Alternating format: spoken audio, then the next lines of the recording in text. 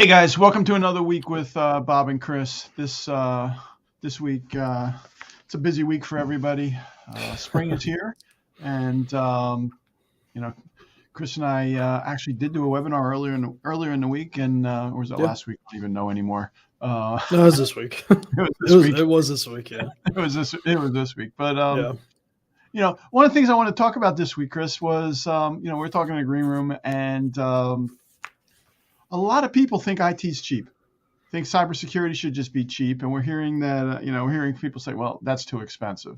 And right now, I think I looked in the paper yesterday. I saw eggs were on sale at $8 a dozen, which is more than twice of what they should have been some time ago. So things are more expensive. I haven't seen $8 a dozen, but I mean, I don't buy organics, so maybe that's your problem. I don't know. These were just in the sale paper. Anyway, damn. Okay. We got prospects. We talk to prospects all the time, and they come back. We both hear it. This is too expensive. How can you do it cheaper? What should we be doing? People don't have the right mindset, or don't understand. Yeah. And a lot of what we do obviously is education, right? So we're trying to educate people all the time. Like, hey, like these are threats that are in your business, stuff like that. But like at the end of the day, when you start talking to executives, it comes back down to money, right? Like what do you have to lose? And depending on your organization, it's different. So, can you afford 3 days of downtime? If you determine in your business, like what's a day of downtime actually cost you? And even if you know that number, what's the ancillary pieces of that? Contracts, rebates because you missed deadlines? Like what else is there to downtime for you, and what does it cost you? Can your business survive it? If you're down for 3 days, like let's say you get hit with ransomware, one of the biggest things we say is, well, we'll just pay the ransom, or we got backup, we'll recover. Have you ever done that? Do you know how long it's going to take you to recover? I talked to somebody this week, and they're like, "What do you mean recover? Test the backup data." I was like, "Yeah." But the cost of downtime, even inconvenience for the users, even if it's not a total outage. I had somebody reach out, a client's receptionist reach out the other day because she was having problems running stuff through her printer. And I'm like, okay, well, we just got to replace the printer. Well, Tom's not going to accept that. Okay, I'll go talk. I went in. I said, we got three printers here. I said, they're from 2012. I don't think they owe you anything. And it's costing you, and it's costing her 20 minutes every time she tries to print an envelope. Okay, replace the printer. I met him where he needed to be. Right. You explained it in the language that he needed to hear it, we obviously, we see threats out there all the time with our customers. We see things like I'm dealing with a couple issues right now with some current customers, and it's just like one of the other objections, cyber insurance, right? They'll just pay for it. Well, what are we seeing? We're seeing that they're putting prescriptive controls in place that you have to have. Like you have to be doing, like any admin accounts on your network has to have MFA, multi-factor authentication, to even do anything. Any privileged accounts. Actually, I've seen accounts that said they want MFA everywhere. It didn't limit it to admin accounts. No, I've seen that too. But like specifically local network stuff, like historically we saw like, email, stuff like that, like remote access, whatever, like people, that's been historic, but now it's getting it down to the local accounts, and it's, they're prescribing it. They're saying, hey, we're not going to cover it. I'm dealing with a manufacturer right now who got rejected. They got rejected for cyber insurance renewal because their controls are non-existent. So, but the problem that you have in that situation is you go in and you talk to them and you're like, you're trying to be honest with them, but like, if you can't talk to executives, it really is an uphill battle. Like if you can't talk to the true risk owner in the business, it's an uphill battle. And if they don't want to hear it, and, depending on the size of the company, this is a bigger company. So, they have multiple layers of management and things like that. If we deal with a smaller company, obviously we could probably get to the business owner, right? So who's going to be the ultimate risk owner? I kind of view cyber insurance just like my health insurance. I'd really rather not have to use it.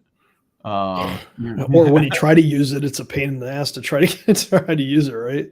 Right. They want to reject everything, put you through a bunch of hoops, and before they reject everything, and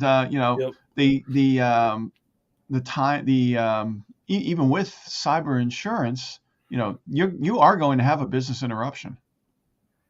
Oh, absolutely. What if they bring a forensics team in and they seize all your PCs for 2 weeks? What's your plan? Do you have extra PCs sitting there ready to go? No, and during COVID, you couldn't even get replacement PCs. Yeah, don't get me started on that. That's another story. But even now, like if you rapidly had to get them, like realistically, how quickly are you gonna get them? Is it gonna be a day? Is it gonna be 2 days?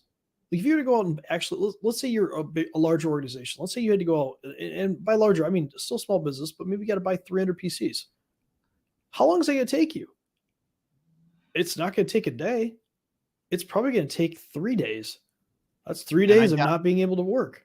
And I doubt you can source 300 identical PCs here from anybody. Oh, dude, you ain't trying to source 300 identical PCs in that time frame. You're buying whatever you can get, right? Yeah. So now we're going to have a hodgepodge of stuff in your in the office environment that is going to open up other issues. And not only that, do you have imaging in place? Can you even image these when they come in? So now that's time. So I think the problem that we have is like there's an unrealistic expectation that, hey, if we pay the ransom unless we get the key, and a lot of times, like I think what people don't understand is you might only get back maybe 60% of the data from the keys because there could be some bug in the decryption model or whatever. But even if it's not ransomware, let's take ransomware off the table. Mm-hmm. Let's talk about reputational risk. I think it's a good one to talk about. If you're the CEO of a company or the owner, and somebody hacks into your email and sends out just abhorrent things to your customer base or posts on your social media, are you coming back from that? Can your brand survive that? Are you going to use everybody else, they'll say. Yeah.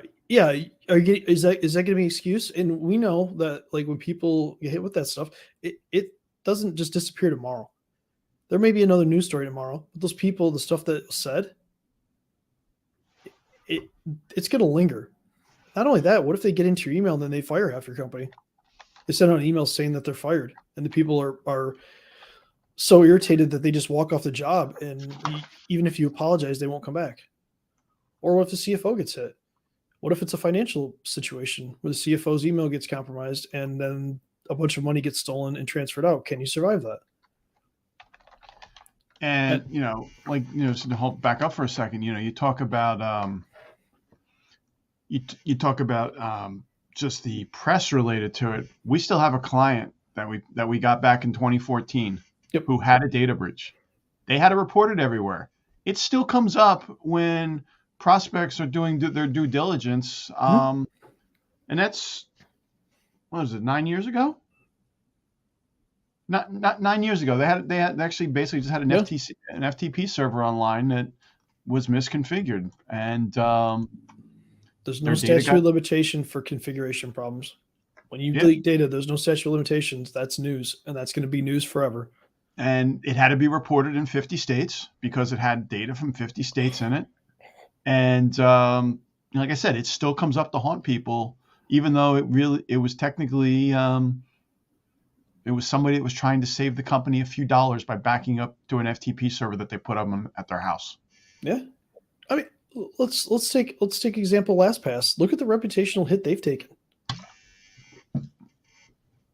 Yeah, and they don't just sell to one industry. So if you break it down, let's say they sell to businesses, they sell to individuals, right? So they have a large customer. They have a large customer base. They can spread that across multiple things. However, think about your business. If your brand is damaged that bad, how many customers make up 80% of your data or 80% of your revenue? I mean, well, and if you lost some of those, what does that mean? Just talking about reputation, sitting on the reputation piece. Our call this week, the webinar we did this week in the Q&A, one of the persons asked specifically about LastPass, and they actually said, "I'm getting off of LastPass." Yeah. We talked about why, some good reasons for things that they did right. But all this guy heard was the negative stuff, and he goes, "I'm getting rid of it." Yep. Which you can't fix that.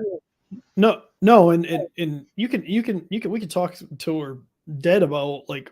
Is that a way to like if we talk about companies like that, like every time somebody has a breach or somebody has like a security incident, we just leave them? We're going to run our companies real quick. But the way that you respond is almost as important as what you did proactively, right? So if proactively you had everything in place and you can say that and you respond with, hey, look, we had all this in place, but you know what? We found gaps. This breach, this incident showed gaps, and now we've taken these additional steps to resolve that. See, I think that's where LastPass did the right thing, where they had every time something came out, they put out, this is what we've changed in our security, and they still got owned. But I think, long term, I think LastPass is going to be fine. But yeah, obviously short term, they're taking quite the reputational hit. But at least their customer, they can sell to anybody. Whereas, like, let's say you're in manufacturing, you might have limited customers you can sell to based on what your product is.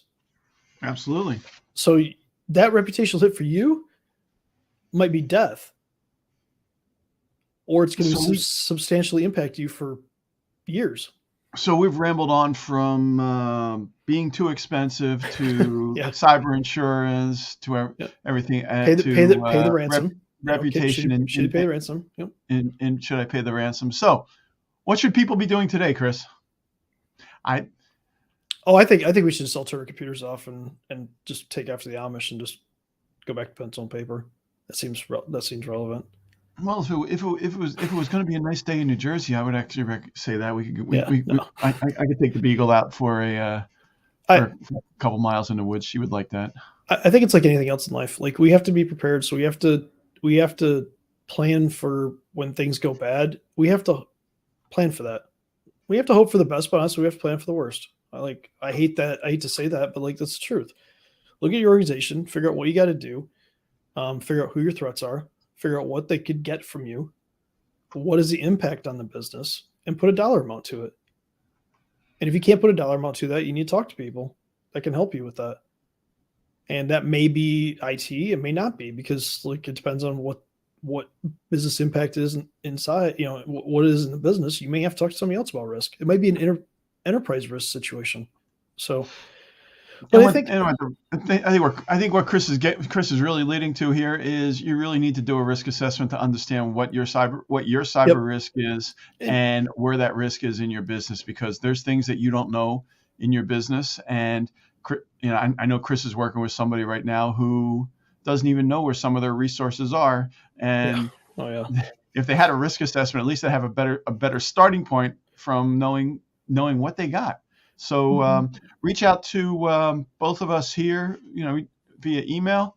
I know we haven't dropped email links, comments in here, but I'm Bob at metromsp.com. And your address? Oh, I don't want to drop my email on a public forum. No, I'm just kidding. It's chris.burns at techiegurus.com or at yourcyberteam.com. Either one will come to me. But I want to leave you with this. If you're a business owner, if you're executive, be involved. Don't try to pawn this off to your IT team. This is not an IT issue. This is an organizational issue. IT is part of it, but at the heart of it, what's the business impact of this? And I just want you to remember that and focus on that. So it's always about the business. It's not, we don't do IT to do IT. No. Thanks, guys. Have a good week, and we will probably continue this rant next week. Oh, I could rant on this every day. So, all right, I'll talk to you next week.